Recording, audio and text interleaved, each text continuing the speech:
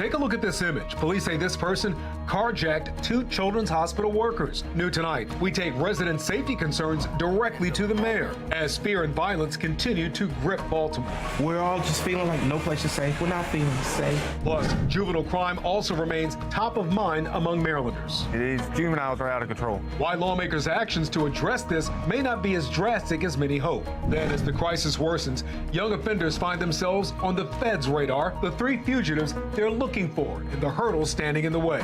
A legal battle brewing over Maryland's recent gun ruling, making it easier to buy a weapon. Why that might not last. More showers expected in the back half of your weekend. I'm breaking it down hour by hour.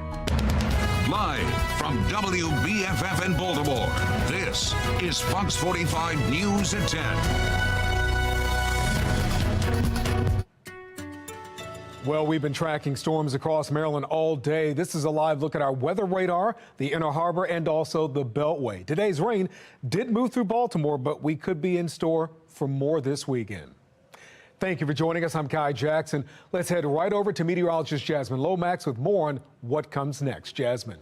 Thanks, Kai. We are still seeing a few areas with some very spotty showers, and that's mainly along parts of the eastern shore. The rest of Maryland mostly dry right now as that rain continues to clear. As we get closer to midnight, rain tapers across the entire state, and we'll be looking at a mostly dry day tomorrow. You'll notice showers continue to push toward the Atlantic, and behind that, much drier weather as we look west. That means nice and dry weather in store for the day tomorrow, but it's the night and Sunday when we have our next chance for showers. Meanwhile, temperature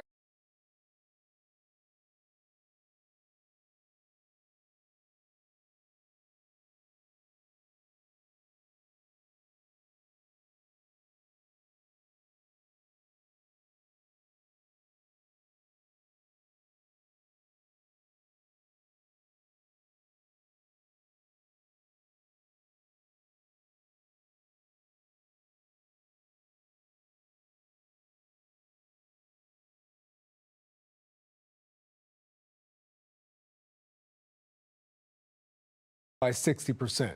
Car thefts are up by more than 200% for the year, with more than 10,000 cars stolen. The number of robberies is up, and so is the number of arsons. On Fox 45 News at 4 o'clock, the spokesperson for the community group Peace says lowering one type of crime doesn't help if other issues get worse.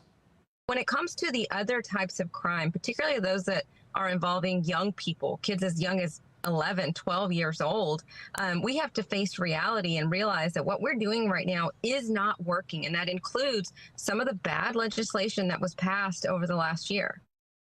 Another issue facing the Scott administration is the controversial conduit deal. Fox 45 is taking a closer look at a memo BGE released days after it was ordered to make the document public. That memo reveals financial details about the document, arguing BGE should be allowed to profit from the city's conduit deal, even though it doesn't own it. Last year, Baltimore City voters decided the city can't sell the conduit system outright. Under this deal, BGE and Mayor Scott insists BGE does not own the conduit system. Rather, the utility company is paying a long-term renter. Well, the memo includes language that could pave the way for that change in the future. It says, quote, there's a possibility that if the city likes this new structure, the city could decide to sell the conduit system to BGE in the future. It goes on to say that would require a ballot initiative to reverse the decision voters made last year. Taxpayer watchdog David Williams says that nullifies the will of the voters. The people of Baltimore City spoke last year, and they said that they wanted the city to own the system. This is critical infrastructure. The city should never give up any critical infrastructure or sign an agreement that would even leave the door open to giving up critical infrastructure like the conduit system. Well, there have been transparency issues surrounding the BGE deal. Several city leaders were criticized that deal, saying it was rushed and that the process was not transparent. Last February, City Comptroller Bill Henry and City Council President Nick Mosby sat out of a Board of Estimates hearing to try and stop a vote on the deal. The mayor pushed it through anyway. The remaining three members, including the mayor and two of his appointees, voted to approve the plan. you have the mayor trying to get this deal through in a non-transparent way, and there are more questions than answers. And here we are at the end of 2023, and we still don't have all the answers. This memo doesn't provide all the answers that ratepayers, citizens, and taxpayers need of this deal. There are many loopholes. David Williams says this is something voters should keep in mind when they head to the polls next year. When voters go to the polls, they need to look at every aspect of the administration, whether it's spending, whether it's transparency, and whether it's their signing secret deals. This deal is potentially another legacy of the Scott administration. And if this goes south, this could be a real problem, for his campaign, but more importantly, for the citizens of Baltimore City, because they're going to be left holding the bill long after Mayor Scott is gone from office. A recent Goucher poll has Mayor Scott trailing Sheila Dixon. 27% of those who responded say they would vote for the mayor, while 39% preferred Dixon. 23% wanted a third candidate. We need the people who are responsible for these laws to take action. Bring some laws into effect, And if the parents can't take care of the kids, well, if the parents can't do anything with the kids, well, then the system should. As juvenile crime continues to impact communities across Maryland, victims are speaking out. Next week, lawmakers will hold their third hearing about tackling juvenile crime, but the actions may be smaller than some expected. Fox 45's Mackenzie Frost has details. For months, Teenagers just terrorizing the neighborhood. Fox 45 News has heard from victims. Crazy. These juveniles are out of control. Something's got to be done. The criminals are emboldened. They don't care. They just don't. One pistol whipped me, and that's why my face looks the way it does. I just want to be safe in my own neighborhood, and right now I don't feel safe. And many of them are looking to lawmakers in Annapolis to drive policy forward that puts a stop to the juvenile crime crisis. They're catering to the children. They're catering to the lawbreakers. There's enough of this going on that the families, the community, the laws, the mayor need to do something. These kids keep committing these crimes and they're not being punished for it. The law, I'm pissed off at the law. That law prohibiting kids 13 and younger from facing misdemeanor nonviolent charges, like car thefts. On December 5th, a House committee will hold the third hearing about juvenile crime. The committee, led by Baltimore City Democrat Delegate Luke Clippinger. The previous two hearings have yet to produce concrete plans for changes to any legislation. It seems like the issue's gotten so bad. Delegate Robin Grammer, a Republican from Baltimore County, sits on the committee. He's been pushing for bigger changes and says the two previous hearings this fall have been beneficial, but it's time to see action. People have to, frankly, stop playing so close to the chest and start having real discussions about this issue.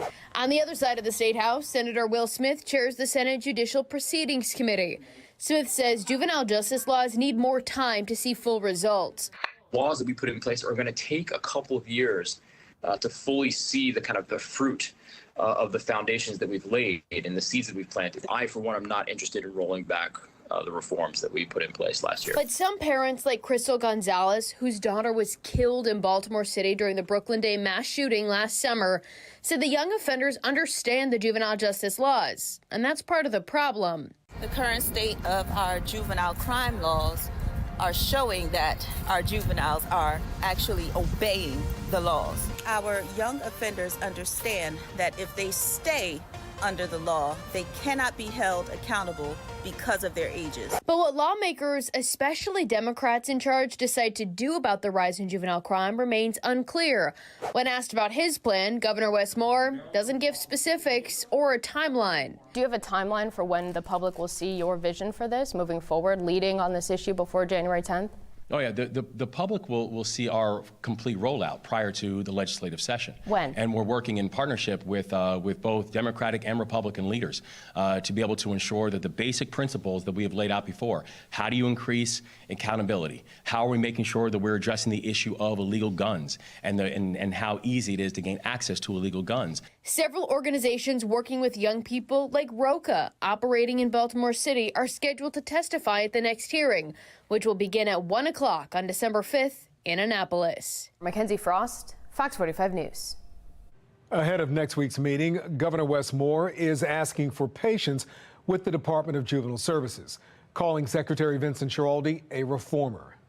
We're very clear on the challenges that DJS has had and that have been long-standing. We're clear that when we came into office, we walked into a DJS that was understaffed and underfunded. And it's the reason why I appointed a true reformer. We're taking a closer look at those comments from the governor. As Baltimore's juvenile crime crisis continues, there's growing concern over Schiraldi's stance on how to handle juvenile crime. He's endorsed efforts to eliminate youth prisons and reduce the footprint of community corrections. He believes juveniles should not be exposed to the adult prison system until they're 25. Many criticize that mindset. You can't tell me that somebody who rapes or murders somebody who's 15 or 16 years old should get a free pass the next 8 years. There are some crimes that are so horrific, you have to be tried as an adult. Otherwise, you're saying in a society, there are no consequences for any of your actions. Before his time in Maryland, Schiraldi was the director of New York City's Corrections Department. He was fired after pressing to shut down New York's notorious Rikers Island, which is the city's preeminent adult prison. Fox 45 News has heard from more than a dozen top prosecutors in Maryland who are calling for change in Annapolis, saying juvenile justice laws leave their hands tied when it comes to holding young people accountable. Those prosecutors represent 5.4 million people, about 87% of the state's population. This week, a state's attorney tells Fox 45 inaction in Annapolis is not an option. Let us review all felonies. Let's address this probationary, some of these artificial limitations, give some faith back to the judges. And I do think we are going to have a greater presence in Annapolis this year than we've had in years gone. That brings us to our question of the day. Will the juvenile crime crisis make you leave Baltimore? So far, 95% of those who voted say yes. You can head to foxbaltimore.com/vote to weigh in. Still ahead on Fox 45 News at 10 o'clock tonight, our coverage of the juvenile crime crisis continues. Coming up at 10:30, we hear from another woman who says a group of young people left her afraid for her life. What happened outside her home? Federal agents are getting involved to curb juvenile crime, what they're doing and the impact that could have on Baltimore and beyond. A decision from a circuit court judge means it's easier to buy a gun in the state of Maryland more than ever before. Why that might not last.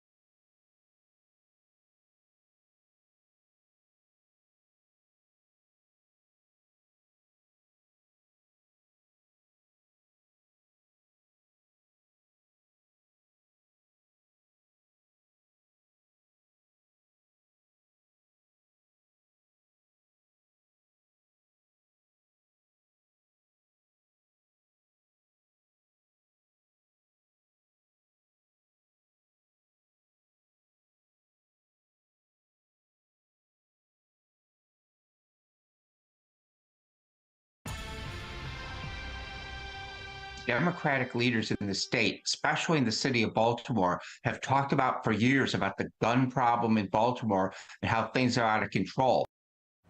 Last month, a federal appeals court struck down a law which required those who wanted to buy a firearm to get a license first.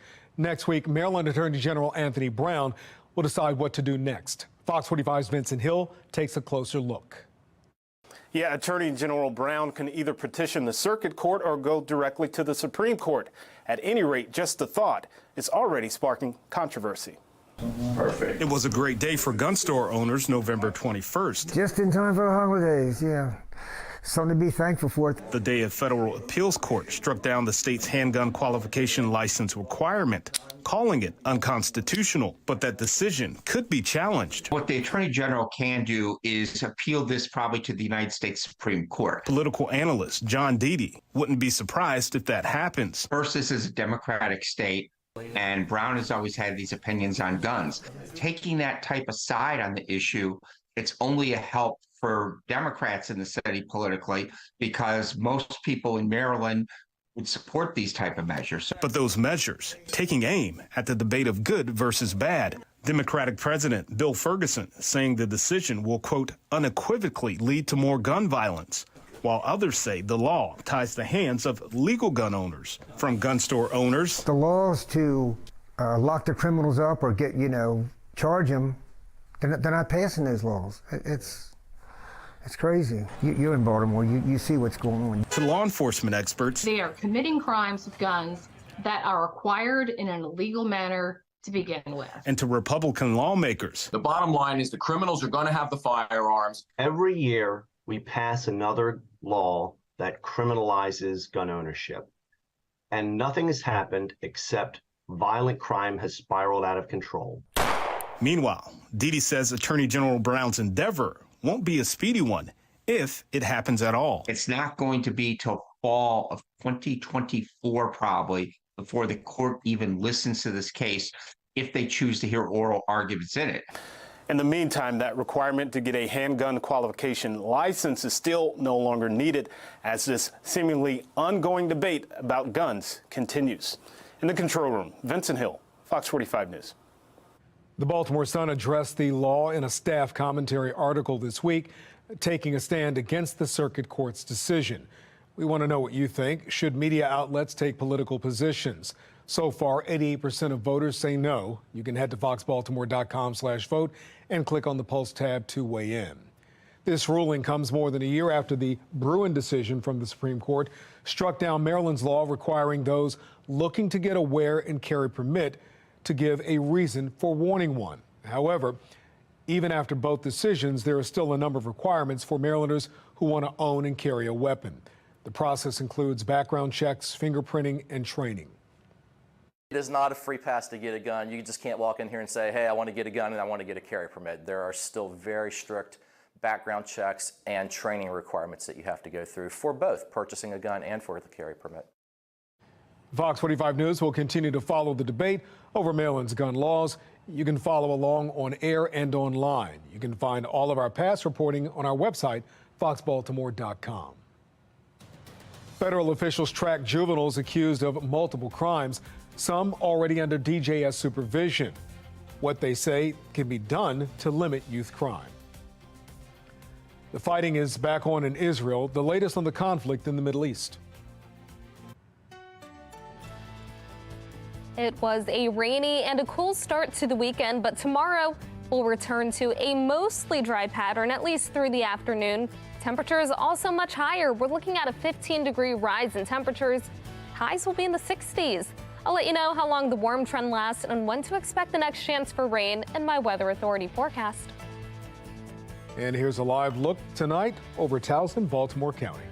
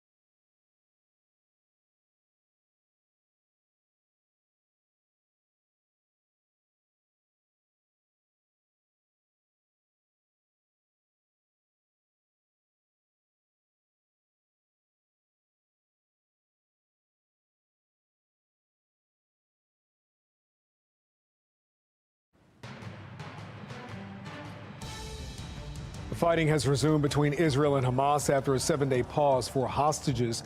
This footage shows damage from an Israeli rocket strike in Gaza that killed at least 32 people. At least 175 people were killed across multiple bombings today. Israel says Hamas started the fighting by firing a rocket at the country early this morning. On the top left of your screen is Israel's Iron Dome defense system intercepting some of the rockets fired at the country. Well, the war is leading to a growing number of anti-Israel protests across the country. National correspondent Kayla Gaskins examines who's backing the demonstrations. Anti-Israel protesters showing up at Christmas tree lightings across America. The chants filling Midtown Manhattan at the illumination of the Rockefeller tree. NYPD arresting at least 7 demonstrators. Protesters also showing up as the U.S. Capitol tree was lit. Occupation no more! And at the lighting of the national Christmas tree by the White House. Chants of Genocide Joe ringing out as the president's motorcade drove through D.C. Genocide Joe has got to go! Amid these protests, anti-Semitism concerns rising. Someone paraded a swastika sign at the NYC Free Palestine demonstration. Senate Majority Leader Chuck Schumer voicing the betrayal many Jews in America feel at this moment of rising anti-Semitism as some Americans openly support and glorify Hamas. They're in many cases people that most liberal Jewish Americans felt previously were their ideological fellow travelers. Not long ago, many of us marched together for black and brown lives out of the recognition that injustice against one oppressed group is injustice against all. To Schumer's point, the money funding many of these pro-Hamas marches traces back to the Tides Foundation, a Democratic dark money fund that gets capital from progressive billionaires. The same group helped bankroll Black Lives Matter. Additional anti-Israel protests are planned for this weekend in cities like Baltimore and Denver. I'm Kayla Gaskins reporting. Federal law enforcement officers step in to fight juvenile crime. Why some tell Fox 45 crime is getting out of hand. 2 juveniles and an adult arrested with heroin, cocaine, and illegal guns. What we're learning about a Baltimore drug bust tonight.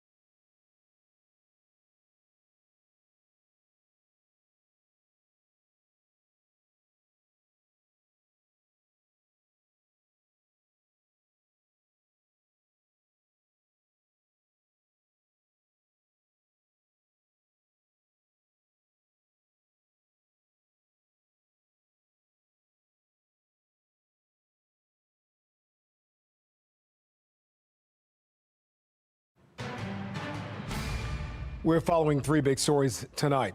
Two juveniles and an adult arrested in a Baltimore drug bust. A look at the substances and guns they're facing charges for. A Maryland woman carjacked by teens is fighting for the juveniles to be held accountable. She shares her terrifying story. And with youth crime out of control, federal law enforcement agencies are getting involved to limit the violence. We begin there as the pressure mounts to fix the juvenile crime crisis.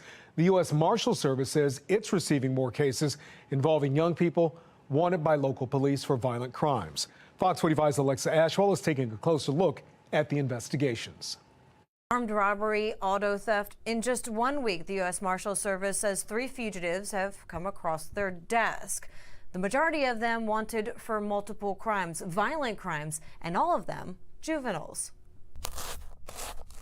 3 teens accused of committing separate and unrelated violent crimes have been added to the list of fugitives now wanted by the U.S. Marshal Service. A juvenile caseload, federal agents say, not the norm. Most recently, we're seeing an extraordinary uptick in violent crime involving juveniles. As short as last week, we've had 3 fugitives come across our desk that are just the age of 17. Because the fugitives are juveniles, the U.S. Marshal Service can't release their name or picture, an added hurdle for the federal agency that relies heavily on tips from the public when it comes to tracking down a wanted person. What are these charges? What are they wanted for? We're seeing a large uptick in carjackings and armed robberies. In one such case, an individual was wanted on 65 different charges. That teen, wanted on 65 criminal counts, we'll refer to as Fugitive A. Investigators say this past summer, he went on a crime spree, stealing cars and robbing people. Some locations include Southeast Baltimore's Baltimore Highlands, Highlandtown, and Greektown communities. Fugitive B, back in August, is also accused of committing a string of street robberies, but in the city's Mount Vernon and Carroll communities. And Fugitive C is accused of taking part in a scheme involving 2 other juveniles. In this case, investigators say the teens robbed a man who had agreed to sell them shoes after connecting on the website OfferUp in East Baltimore. At the time, investigators say one of the juveniles was wearing an ankle monitor and under the supervision of the Department of Juvenile Services. 3 cases that agents say highlight the recent uptick in the U.S. Marshal Service involvement in tracking down juvenile fugitives. Another and high-profile case, the search for the Morgan State University mass shooters. The Morgan State case showed us that violence knows no boundaries regardless of your age. The age nor consequence not stopping the crime. We want to work with our local partners to take these violent individuals off the street regardless of their age. And the agency says this isn't just happening in Baltimore City, but neighboring jurisdictions as well. Alexa Ashwell, Fox 45 News. One major issue for Baltimore this year has been youth carjackings. City police say juveniles make up 38% of the cars stolen this year, but only 2/3 of those suspects are reported to the Department of Juvenile Services, and only 5% end up serving time in a DJS facility. The car crime is extending beyond Baltimore City.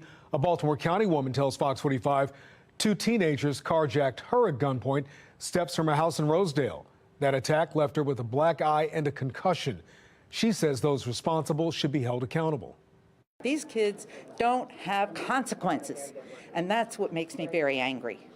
And I am furious, and I'm going after these. I want to prosecute. I want to see some type of retribution.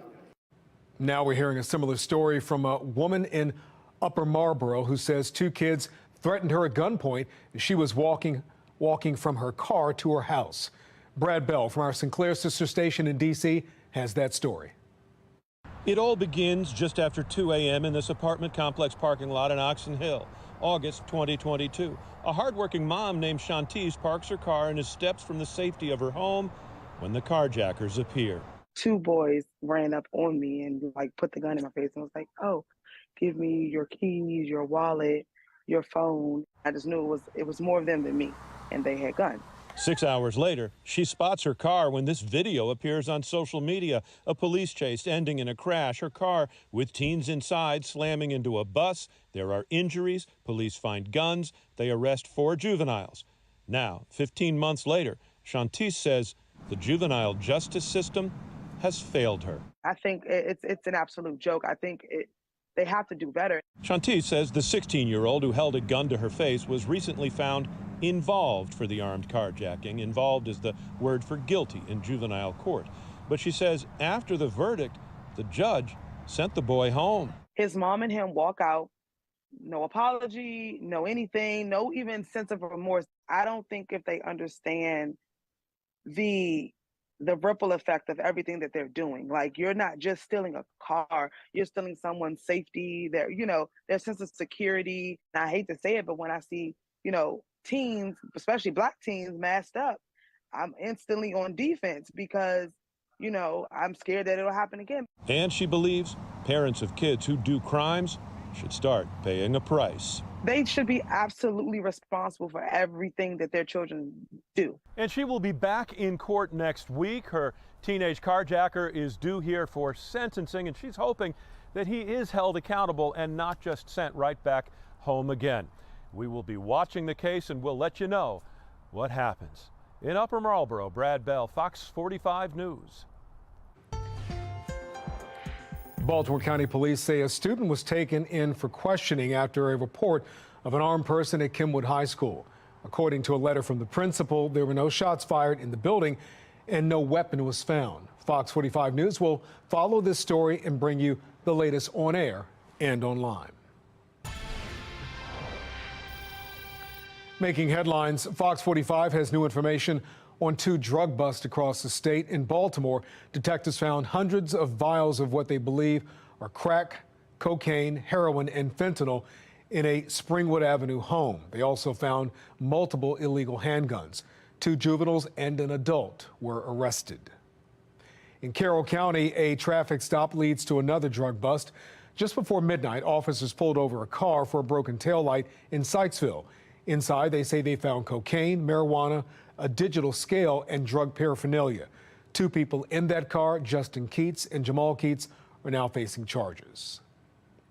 And take a look at this, a fire engulfs a row home in West Baltimore. This footage was taken around 9:30 in the morning. The fire department says those flames may have also caused damage to the neighboring building. Crews were able to get the fire under control quickly. No one was hurt.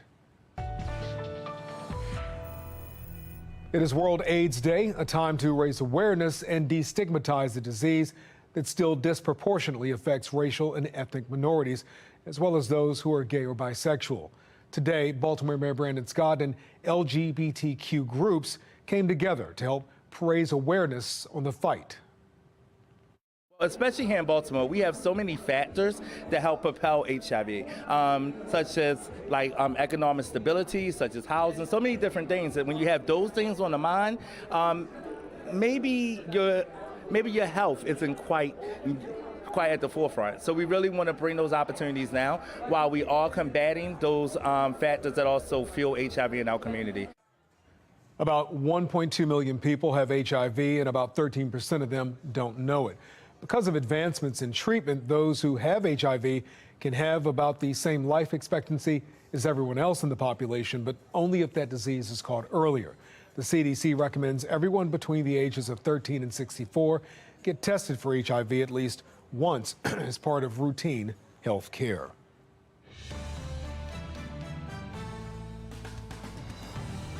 Disapproval of President Biden's handling of the economy has been increasing.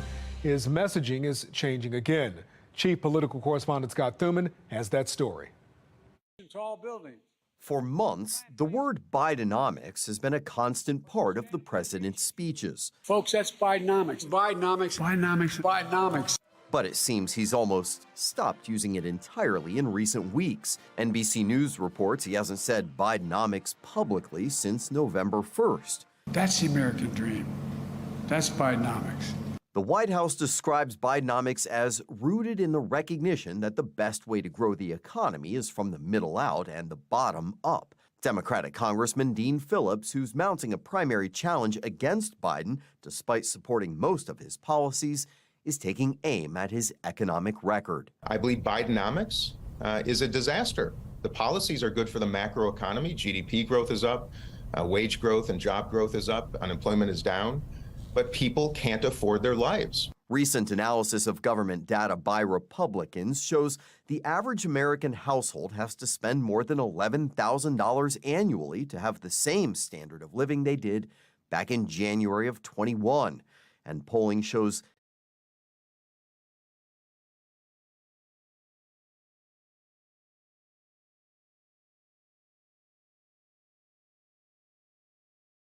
.67% of Americans disapprove of the way President Biden is handling the economy. The American people haven't been buying what the president is selling.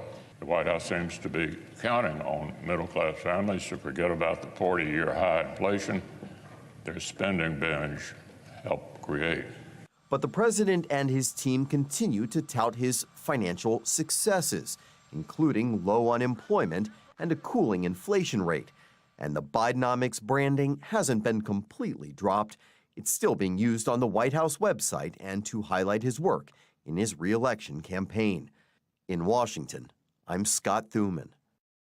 Meantime, a challenger in the Democratic primary, who you saw in Scott Thuman's story, says his voice is being silenced in Florida. Congressman Dean Phillips is accusing Florida Democrats of disenfranchising voters in the state after he and other challengers were excluded from a list of official presidential candidates. Now, under state law in Florida, if a candidate is running unopposed in a primary, the contest won't appear on the ballot. Florida Democrats say they follow the standard process for nominating candidates. There is growing support for Nikki Haley among the Republican Party. According to Politico, former Speaker of the House Paul Ryan is privately pushing for her to become the GOP nominee. Meanwhile, another competitor, Chris Christie, is blasting Nikki Haley for what he says is her not being aggressive enough against her former boss, Donald Trump. If you want Trump, then vote for him or Nikki. Because she's not going to say a bad word about him. If she becomes president, she's going to pardon him, no matter what happens. The former UN ambassador and former South Carolina governor is one of the top challengers for Donald Trump in the Republican primary, though she is still far behind him in the polls. An historic vote on the House floor, the fallout after a member of Congress was kicked out of his position. Black voters ditching the Democratic Party. I'm Angela Brown in Washington, D.C. New polling indicates more black voters supporting Trump. And we're getting ready for a pretty mild night. Temperatures will drop to the 30s and the 40s, keeping us above average for this time of year, and that warm trend continues tomorrow afternoon. I'll let you know just how high the temperatures get and when to expect more rain in my full forecast.